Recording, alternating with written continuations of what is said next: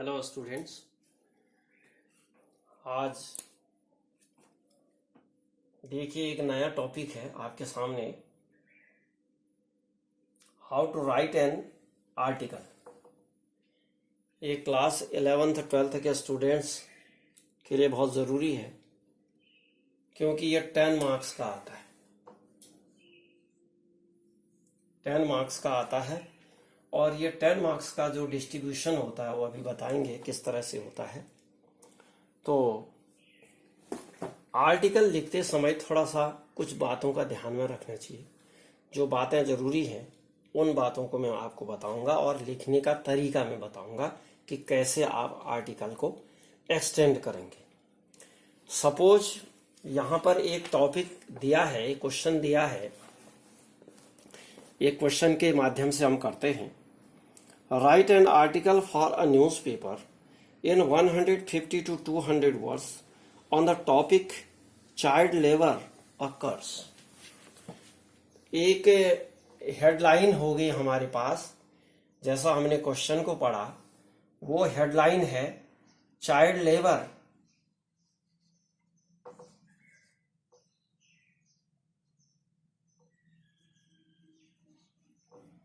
occurs। ये जो है हेडलाइन है। अब आपको ध्यान में रखना है कि सबसे पहले इसका जो फॉर्मेट है उस फॉर्मेट के बारे में देखें।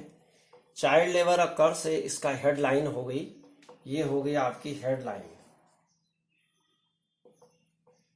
हेडलाइन हो गई। इसका फॉर्मेट मैं यहां से थोड़ा सा समझा देता हूं। इस तरह से होगा फॉर्मेट। अच्छा, सेकंड जो आएगा इसमें बाय लाइन आएगी। बाय लाइन में यहां पर लिख देते हैं बाय लाइन।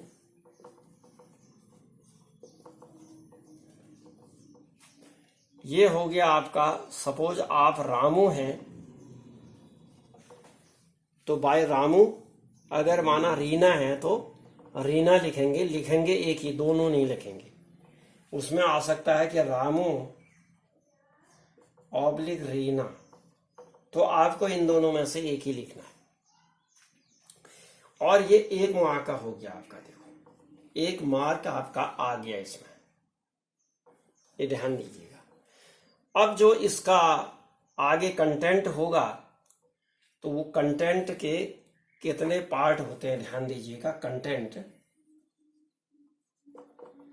इसमें जो कंटेंट होगा उसके 3 पार्ट होंगे। एक तो इंट्रोडक्टरी होगा, इंट्रोडक्टरी पैराग्राफ। सेकंड होगा डिस्क्रिप्शन।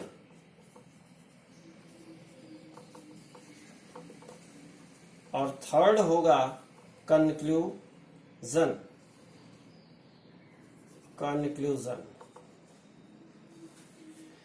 तो ध्यान दीजिएगा, इंट्रोडक्टरी जो पार्ट है, सपोज हम यहां पर बात कर रहे हैं चाइल्ड लेबर अकर्स की, तो इंट्रोडक्टरी पार्ट जो किसी भी टॉपिक का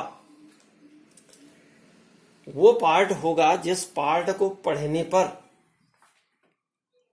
किसी भी आदमी को, यानी जो पाठक है यानी पढ़ने वाला है, उसको इंट्रोडक्टरी पार्ट यानी पैराग्राफ को पढ़ने के बाद ये समझ में आ जाना चाहिए कि ये किस टॉपिक पर जो है आर्टिकल लिखा गया है।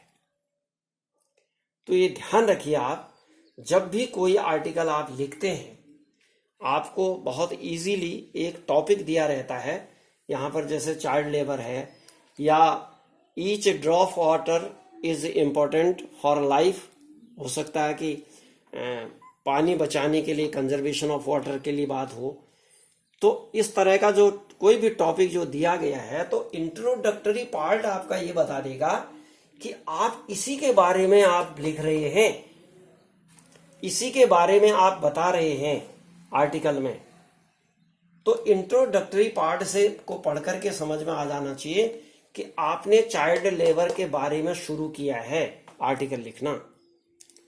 तो ये ध्यान रखिए। इसकी शुरुआत जैसे कैसे करेंगे, चाइल्ड लेबर की बात जब हम करते हैं तो in India child labour is common in every shop and restaurant.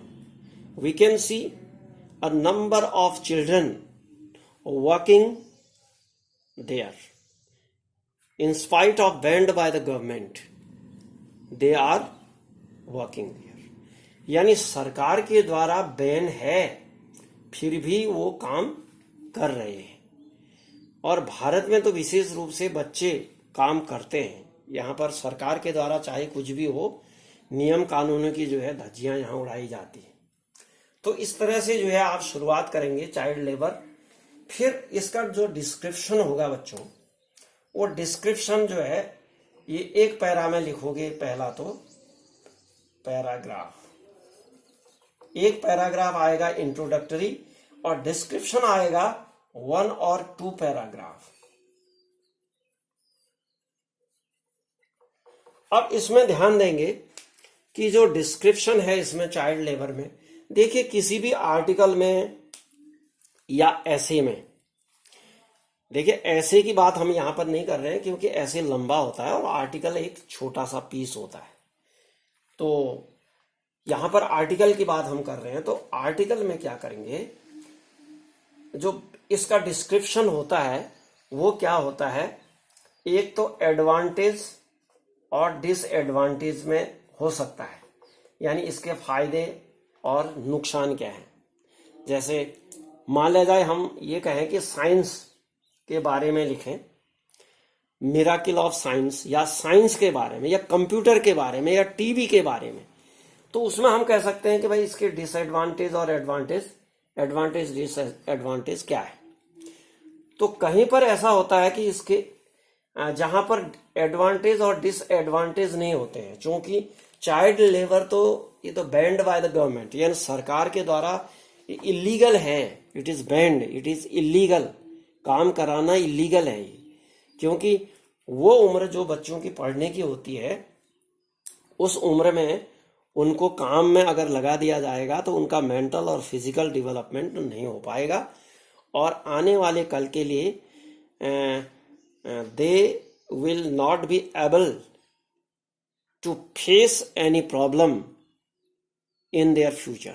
यानी अपने भविष्य में किसी सामने चीज के मतलब परेशानी का सामना वो नहीं कर पाएंगे. कहने का मतलब they will be the burden of the country. Country के बर्डन बन जाएंगे वो. ऐसी स्थिति आ जाएगी अगर पढ़ेंगे लिखेंगे नहीं, अनपढ़ हो जाएंगे तो एक बर्डन की तरह हो जाएंगे. वो समस्या उत्पन्न करेंगे. हो सकता है कि कोई बैड यानी गलत पाथ पर चले जाएं, ये भी हो सकता है. तो इसको जो है इसके इफेक्ट्स के बारे में लिखेंगे. इसको क्या लिखेंगे, इफेक्ट्स, यानी इसके क्या इफेक्ट्स हैं. बैड इफेक्ट ये आएगा इसमें. इसके क्या, अगर चाइल्ड लेबर होगा तो इसके क्या बैड इफेक्ट्स होंगे, यानी प्रभाव क्या होंगे, इसके बारे में अपने भावों को आप व्यक्त करेंगे. जितना कर सकते हैं, 1 या 2 पैरा. ठीक हो गया. तीसरा पॉइंट जो है आपका कंक्लूजन है. कंक्लूजन में जो है कंक्लूडिंग पैराग्राफ होगा. ये कंक्लूडिंग पैराग्राफ. इसमें कंक्लूजन में क्या करेंगे आप कि चाइल्ड लेबर को रोकने की बात करेंगे आप इसमें, कि child labour how can be curve child labour. Child labour को हम कैसे कर्व कर सकते हैं, कैसे रोक सकते हैं. अब इसके लिए कौन करेगा, चाइल्ड वेलफेयर सोसाइटी होती हैं, या गवर्नमेंट के कोई ऑर्गेनाइजेशंस हो सकते हैं, या कोई ऐसी टीम हो सकती है गवर्नमेंट के द्वारा डिप्यूट की गई कोई टीम हो सकती है. तो उनके द्वारा जो है इसको पब्लिक को जो है इसमें उठाना पड़ेगा कि भाई चाइल्ड लेबर ठीक नहीं है, ये काम कर रहे हैं बच्चे, जहां तहां पढ़ाई नहीं हो रही है. तो इसको कैसे रोकने का उपाय जो है सामूहिक रूप से सबको करना है. तो ये जो है रेमेडियल यानी कंक्लूसिव, रेमेडियल है, उपचारात्मक. इसका उपचार कैसे किया जाए. प्रॉब्लम है, यानी यहां क्या थी, ये प्रॉब्लम जब होती है तो उसका उपचार की जरूरत पड़ती है, तो ये रेमेडियल आ जाएगा. इसी तरह पॉलीथीन के बारे में भी जैसे कहेंगे तो पॉलीथीन का भी बिल्कुल इसी तरह आएगा पॉलीथीन पॉल्यूशन मेकर, ये सकते हैं, या कॉज ऑफ पॉल्यूशन, इसकी हेडलाइन आएगी, बाय आ जाएगा। उसके बाद फर्स्ट पैराग्राफ आ जाएगा कि पॉलीथीन जो है क्या चीज है, थोड़ा सा उसका इंट्रोडक्शन दोगे। उसके बाद उसके एडवांटेज और डिसएडवांटेज इसमें लिख सकते हैं कि पॉलीथीन के फायदे और नुकसान। फायदे तो यही हैं कि भाई थैला लाने ले जाने के लिए सुविधा होती है, बाकी सारे डिसएडवांटेज हैं वो काफी मात्रा में आप लिख सकते हैं, 1 या 2 पैरा का। उसके बाद उसकी रेमेडी ये लिखेंगे कि भाई पॉलीथीन, जैसे आपने डिस्क्राइब कर दिया कि पॉलीथीन से जो है क्या होता है, it is the main cause of pollution, ये पोल्यूशन का जो है मेन कॉज है।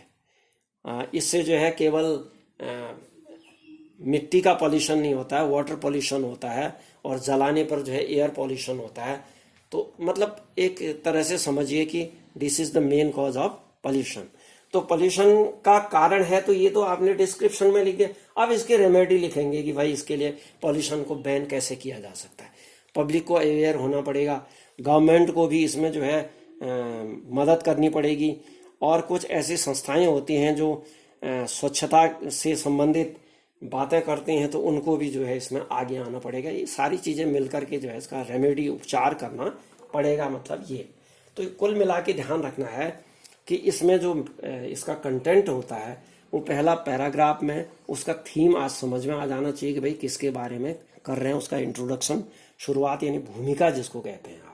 उसके बाद उसका डिस्क्रिप्शन करेंगे, उसके फायदे, नुकसान, या उसके बैड इफेक्ट्स या गुड इफेक्ट्स जो भी हैं वो लिखोगे। लास्ट में उसका उपचार करना है, रेमेडी करनी है, या उसको बढ़ाए रखना है अगर अच्छी चीज है तो, जो भी है वो लास्ट में लिखेंगे।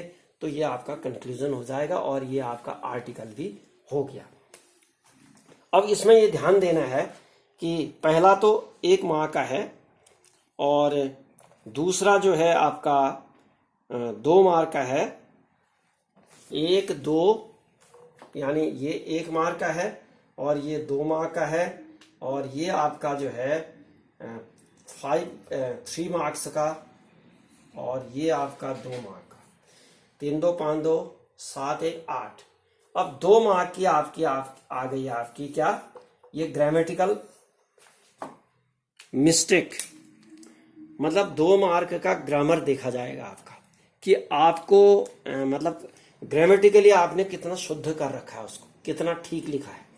अगर माना नहीं भी लिखा है तो कोई ऐसी बात नहीं है, कि आपका भाव जो है ये बताना चाहिए कि आप ठीक पॉइंट पर जा रहे हैं, आप उसी चीज को व्यक्त करना चाहते हैं।